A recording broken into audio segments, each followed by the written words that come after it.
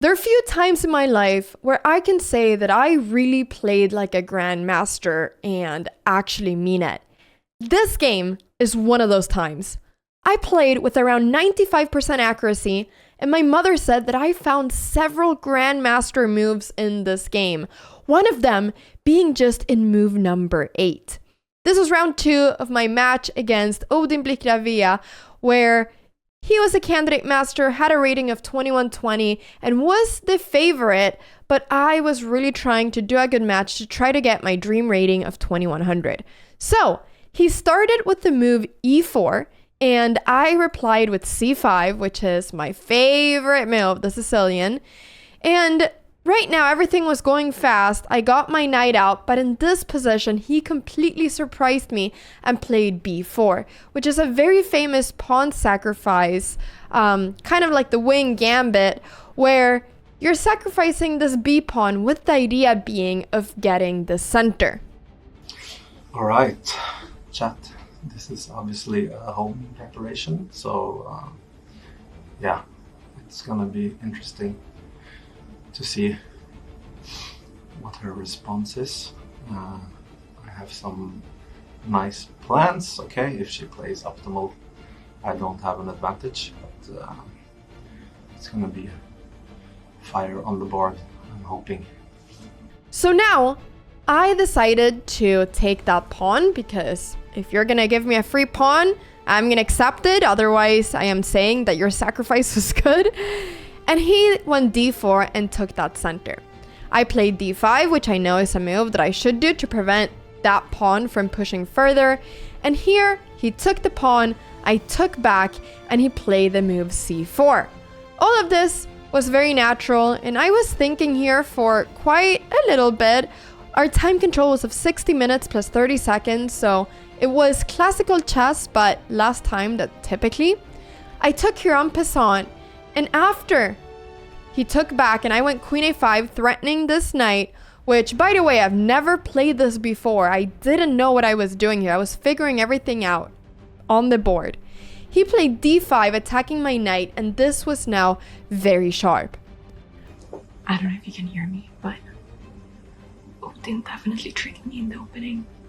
I've never seen him play this move before. Yeah, I hate when people play this kind of b4 moves. Like, it's literally what I hate the most when I say that I hate an opening. It's literally all these wing gambit things, and he knew it. So he's definitely played something that I'm very uncomfortable with, but I hope that I survive. I hope that I just get myself out of this opening and it just becomes a game, you know. I just don't want to lose out of the opening. That would be very unfortunate. So, but I don't know what I'm doing right now. I have no clue what I'm doing. My fingers crossed. Okay. I spent here quite some time thinking, 12 minutes to be exact, and there was a move that I kept seeing that I could just feel was the right move, but it looked completely crazy. And this is the move that my mother called a Grandmaster move, and she didn't believe that I was gonna find it. I mean, she was sure that I would not be able to see it, and she kept saying that it was a move that was too difficult to find, but then I did. And that move is e6. No, she played e5. No, she played e6. She played this beautiful e6 move. Wow, I'm so happy. Which I think is really one of the most beautiful moves I've found over the board. And the idea of this move is that if he takes my knight, my plan is not to take his knight. My plan is to go bishop b4. My plan is to develop this bishop and now threaten to take the knight with check and win the rook. If, for instance, he would go something like bishop d2, I will take, and if he then takes, I will have gone rid of this bishop, which is one of the biggest problems that I have. Here, I can simply go something like queen e5 check, and then I can develop my knight, and I'm not afraid of him taking here because I will take back and have an incredible bishop. And this position will be quite a bit better for me. So this was the idea. Now you may say, Anna, why are you in this position not instantly taking the knight? Well, the reason was because if I took the knight, if something like queen f6 here, I just realized that his bishop would become very strong in this diagonal after some rook c1 idea at some point, and my pieces are just completely stuck. So e6 is a crucial move to develop my bishop, get my bishop out, and just be able to get some activity. Now, Odin was sure that I had seen this move before, so when I told him after the game that I'd never seen it before, he was in complete shock. And this is really one of my proudest moments in chess this year, so that's why I'm so excited to show it to you. He instantly played queen d2 because e6 is actually theoried. He knows it's the best move, so he knew that queen d2 was the move here. I took on d5, he took with the knight, and here I decided to trade because I knew that Odin is quite an aggressive chess player, and so I thought that getting into an endgame would be good against him. I wanted to prevent the fork on c7, so I played bishop d6 to prevent knight c7 check. He brought out his knight, and here I was for a long time thinking if I should go bishop b4 check, but I decided ultimately that my bishop was very strong and I would rather go bishop b8, even if it looks a bit weird to put my bishop in such a passive spot. So far, all these moves have been perfect, pretty much. He got his bishop out to b2 and I played f6 to prevent him from taking my pawn on g7. At this point, I had 24 minutes left and he had 53. So I was getting a bit worried that time would be a problem for me. He castled and I went bishop e6, threatening his knight a little bit. And the idea was that I simply wanted to develop. So after he played g3 to get his bishop out, I instantly decided to go knight e7, which was really important. I knew that he was going to go bishop g2 because he wanted to develop his pieces as well. And so here I went for bishop takes d5, which is accurate. I think it's better than going knight takes d5 because here, after this and this, he can go rook e1 check, and now his rook is getting active. So it was important here to take with the bishop. And now, after all these trades, I was very happy. After castles, I knew I had a better position because I was a pawn up right now and he couldn't justify anymore why he was a pawn down. So he tried to activate his rook and I played b5, threatening his knight.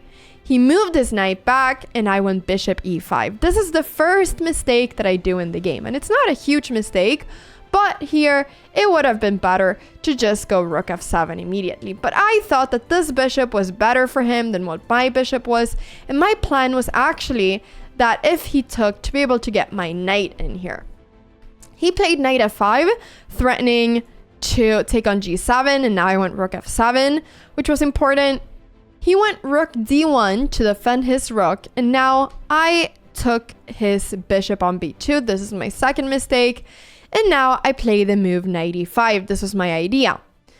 Now my idea with this was that I thought that the more pieces I trade, the better it'll be because his rooks are quite active and I wanted to attack some of his pawns. But still, I still have a small advantage, and now our time situations had gotten way better. I had 10 minutes left and he had 27 minutes left. And the first round of this match, I had won. So this was very big because I knew that if I'm able to draw or win this game, I'll have a huge lead. And we were playing for $10,000, which was an incredible prize pool that the sponsor of our match, Nuragam, helped us with. So it was absolutely incredible that we were playing for so much money, and there were a lot of stakes on the line, also honor and rating.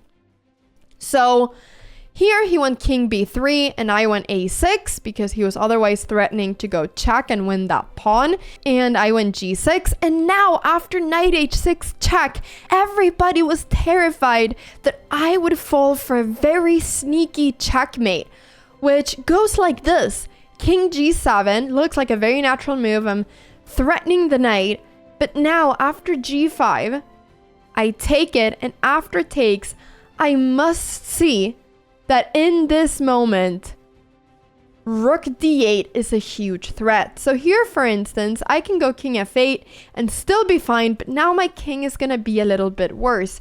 If I do something else, something completely random, like going knight here, there will be rook d8 and there will not be a single way for me to prevent this checkmate.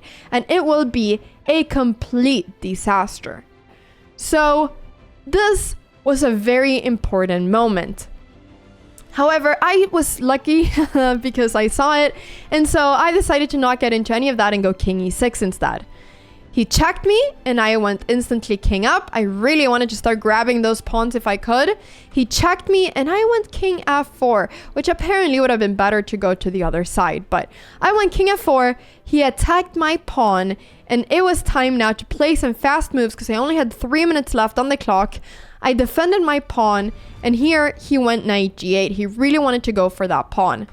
I decided to take the pawn on g4 because my idea was that after takes and takes, I will try to win this h pawn and then try to win with the g pawn. That was my idea.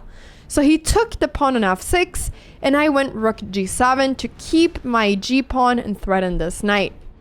He took on b5, I took back, and now he went rook f8, which was a good move. I went king h3 because I really wanted to win that pawn, and now I won it. And in this position, he went king b4. I was sure here that this would be a draw, but I thought, let me try to make it as difficult as possible. So I went knight e3, and now it looks very natural to just simply take this pawn on b5. But here he went knight e4, and so I started thinking, wait, can I try to keep this pawn? What's going on? But instead, I decided to put some fear in him and start pushing this g pawn.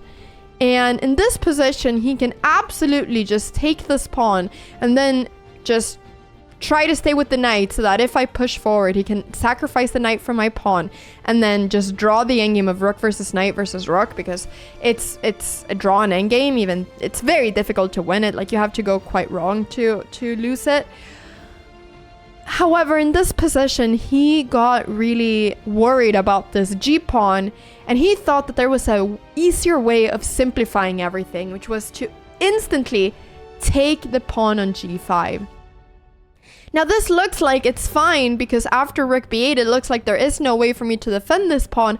However, he missed that I have this intermediate check, knight c2, which is a very important check. And now I am in a winning position because he will not be able to take this pawn. As you can see, after the king moves, I'm able to stop the king, and then I'm going to be able to push the pawn. So here, I pushed the pawn, and I started checking this king, and it only required a little bit of maneuvering because here, after b3, Odin resigned, and I won the second game in the match, and I now had a 2-point lead, which was gigantic considering that last time I played a match against him, I lost the whole match. So this was really a moment where I was very proud, and you know, the whole beginning of the game, I was playing the best moves, and I'm so proud of that. So this was also a moment that made me very excited for future chess tournaments because I thought, Anna, you got it. You can play against openings you haven't really played against before. You can figure this out. So this game gave me a lot of confidence, and I was really, really happy after this. I hope you enjoyed the game. I hope you enjoyed seeing some of these moves. And thank you so much for watching. I'll be showing you game 3 very soon as well.